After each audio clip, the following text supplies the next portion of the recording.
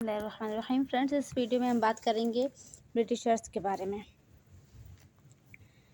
देखिए, पुर्तगालियों को ज़मीन पे हराना तो काफ़ी आसान था, लेकिन उनको समंदर में उनकी नेवल पावर इतनी ज़्यादा मजबूत थी कि उनको समंदर में हराना काफ़ी मुश्किल, इनफैक्ट नामुमकिन सा था।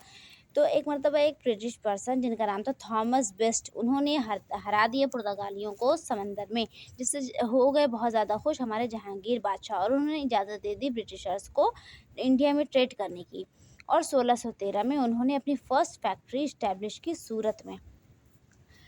एक ब्रिटिश पर्सन है जिनका नाम था फ्रांसिस डे, उन्होंने 1639 में परमिशन ले ली एक फैक्ट्री को फोर्टिफाइड करने की, जो कि मद्रास में थी, रूलर ऑफ चंद्रगिरी से। देखिए, फोर्टिफाइड करने का मतलब होता है किसी भी सेटलमेंट को चारों तरफ से ऊंची ऊंची दीवारों के साथ घेर लेना, और इसका मेन मकसद होता है अपने आप को पॉलिटिकली मजबूत करना, जो बाद में फोर्ट सेंट जॉर्ज के नाम से मशहूर हुआ वो सेटलमेंट, ठीक है, जिसको उन्होंने फोर्टिफाइड किया था मद्रास वाले। अब बंगाल उस वक्त जो है एक बहुत बड़ी और बहुत ही इम्पोर्टेंट प्रोविंस थी, बहुत ही इम्पोर्टेंट स्टेट था मुग़ल एम्पायर का। तो एक मतलब शाह सूजा, जो कि सूबेदार यानी कि गवर्नर थे बंगाल के, कब 1651 में उन्होंने इजाज़त दे दी ब्रिटिशर्स को कि वो बंगाल में फ्री में ट्रेड कर सकते हैं, किसी भी तरह की कोई ड्यूटी इंपोर्ट या एक्सपोर्ट भरने की कोई ज़रूरत नहीं है। और वो बदले में 3000 रुपये सालाना मुग़ल बादशाह को दे देंगे, और वो बंगाल में फ्री में ट्रेड करने लगे। और उसके बाद उन्होंने बंगाल में एक हुगली नाम की जगह है, वहाँ पे उन्होंने एक फैक्ट्री इस्टेब्लिश की, और वो चाहते थे उस फैक्ट्री को भी फोर्टिफाइड करना।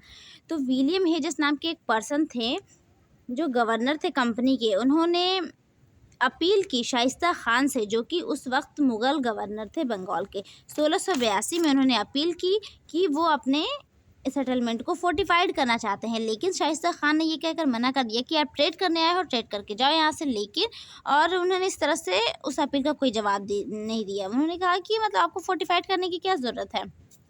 तो 1686 में फिर मुग़लों के द्वारा ब्रिटिशर्स जो है हुगली से भगा दिए गए। उसके बाद अंग्रेज़ों ने मुग़लों से बातचीत की, और 1698 में उन्होंने ज़मींदारी ले ली 3 गाँव की, 3 गाँव थे, सुतनती, गोविंदापुर और कैलीकटा। इन तीनों गाँव की ज़मींदारी उन्होंने ले ली, और एक अपने सेटलमेंट को उन्होंने फोर्टिफाइड भी कर लिया, और उसका नाम रखा फोर्ट विलियम। तो सुतनती, गोविंदापुर और कैलीकटा, इन तीनों गाँव के मिलने से एक बड़ा शहर बना, जिसका नाम रखा कलकत्ता, जो अभी प्रेजेंट डे कोलकाता, जिसको कोलकाता के नाम से जो जाना जाता है।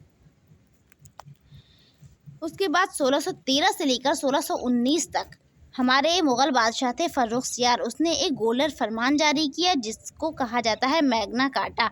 तो ये हुआ था कि फ़र्रुखसियार ने अपनी सारी ताकतें, अपनी मेन ताकतें, मुग़ल एम्पायर की सारी ताकतें जो है ब्रिटिशर्स कंपनी के हाथ में दे दी थी, जो बाद में मुग़लों के डिक्लाइन की एक बहुत बड़ी वजह बनी। और ये असल में मैग्ना कार्टा क्या है, इसकी एक एक चीज़ को हम किसी दूसरी वीडियो में इंशाल्लाह डिस्कस करेंगे।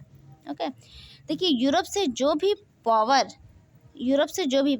इंडिया में आती थी ट्रेड करने के लिए, उसको ईस्ट इंडिया कंपनी कहा जाता था। लेकिन जो कंपनी 1708 में आई और उसने तकरीबन 1873 तक जिसने इंडिया में राज स्थापित किया, उसका नाम था, उसको टाइटल, देखिए, 2 कंपनियां मिलकर आई थी, जिसका टाइटल था united company of merchant of England trading to the East Indies.